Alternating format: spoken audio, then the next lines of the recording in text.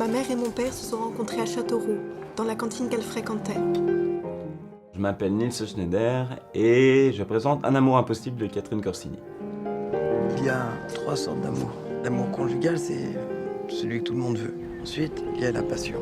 Et ensuite, il y a ce que j'appelle la rencontre inévitable.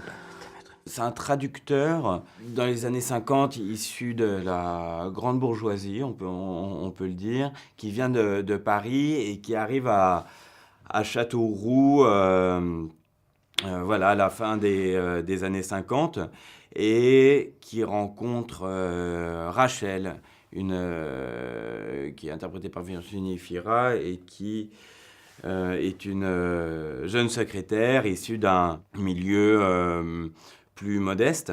Et il va avoir une histoire d'amour naissante. Tu veux te marier? Je sais pas, et toi? Moi, non. Je vais pouvoir faire ce que je veux. Il va commencer à avoir une emprise de plus en plus forte sur elle. Sauf qu'il refuse de se marier avec elle, il refuse d'avoir un enfant, elle tombe enceinte et il refuse de la reconnaître. Il disparaît et à partir de ce moment-là, il va faire des allers-retours, ses absences vont devenir de plus en plus grandes et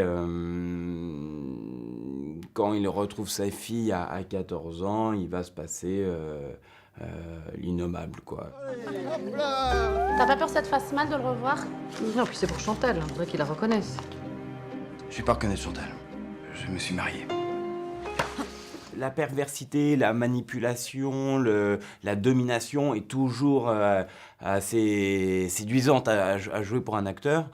Et c'est un personnage très très ambigu, quoi, parce que dans toute la première partie du film, c'est un personnage que je trouvais charmant. On peut pas imaginer ce qu'il deviendra, ou ce qu'il pourra faire. C'est quelqu'un qui lit beaucoup, qui lui apprend un tas de choses, qui l'emmène au cinéma, qui lui fait découvrir des grands textes, qui lit Nietzsche, et